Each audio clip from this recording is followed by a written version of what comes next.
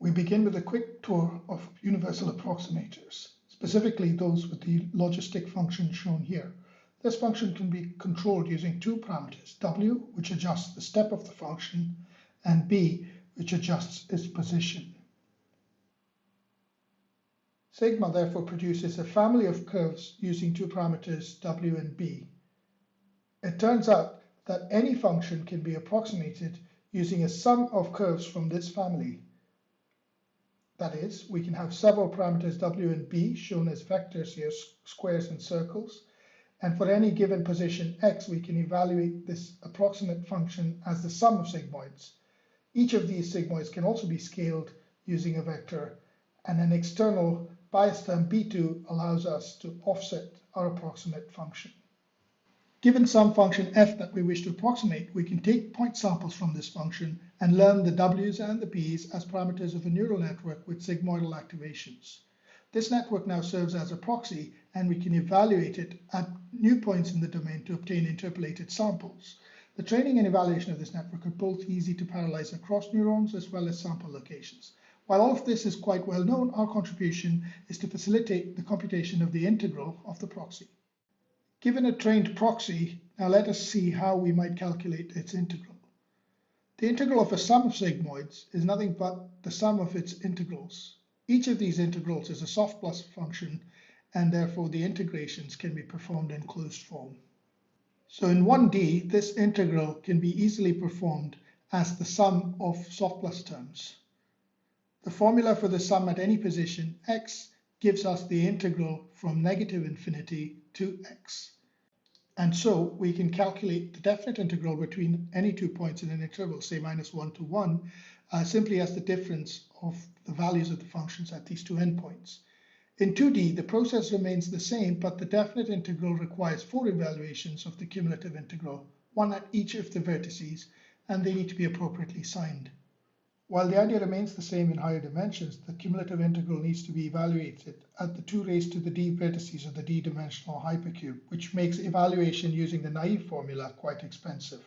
We highlight the advantage of a QNet with this example, where the evaluation of the proxy involves 2 dot products and evaluation of the sigmoid for every neuron and 1 vector addition.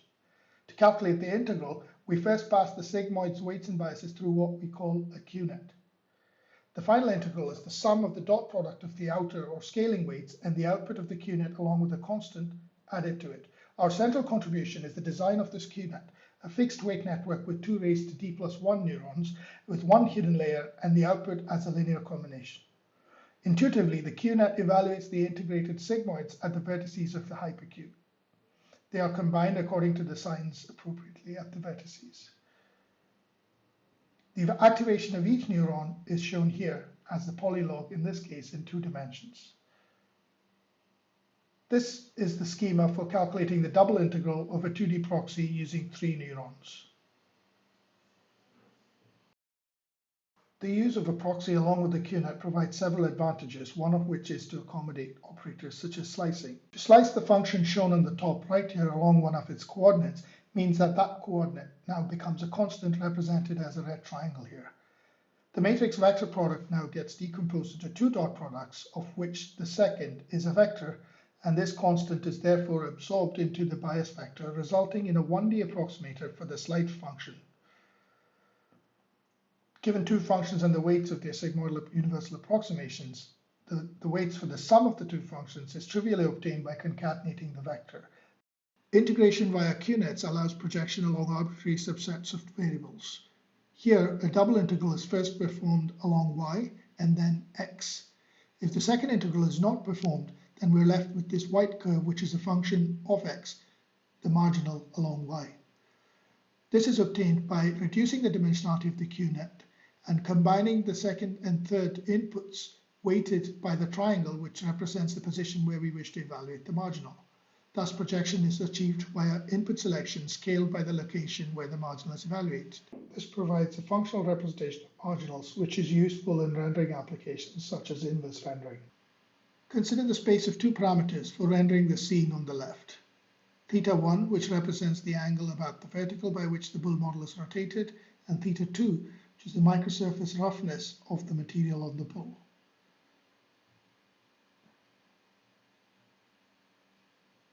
As you can see, as θ1 is varied, the rotation of the bull changes, and the other dimension specifies the roughness of the material on the bull. Observe closely just above the head of the bull to see the changed material. Due to global illumination, these changes are visible at distant points, for example, this green patch on the right wall in this scene. Inverse rendering is the process of estimating the parameters based on the observed patch of radiance. We, however, estimate distributions over these parameters in a Bayesian inverse rendering process. First, we record the statistics of the forward process by rendering patches for given sets of parameters and calculating histograms over the radiance. We then record these as point samples in the 3D space of parameters plus radiance in this case. These radiance samples do not need to be regularly spaced. We repeat this process for multiple parameter values and use these as point samples to construct a proxy. Using our formula for its integrals and slicing, various probabilities can be calculated efficiently. For example, the evidence, likelihood, and posterior. Equipped with all of this, we start from a uniform prior and construct the posterior using Bayes' rule. Then we repeat the process by setting this posterior as the new prior and iterating. These plots show the evolution of the posterior starting with the initial prior, the flat light gray line, until the final estimate, which is the black curve.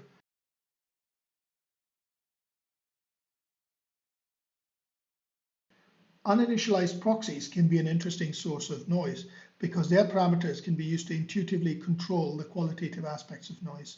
For example, here in 2D, we can control the contrast with the outer set of weights, change the ratio of the weights in the columns of the inner set of weights to obtain different orientations, and position the step using the biases. Here we show some examples of modulating these parameters to control contrast and the texture along with its anisotropy. Please refer to the paper for details.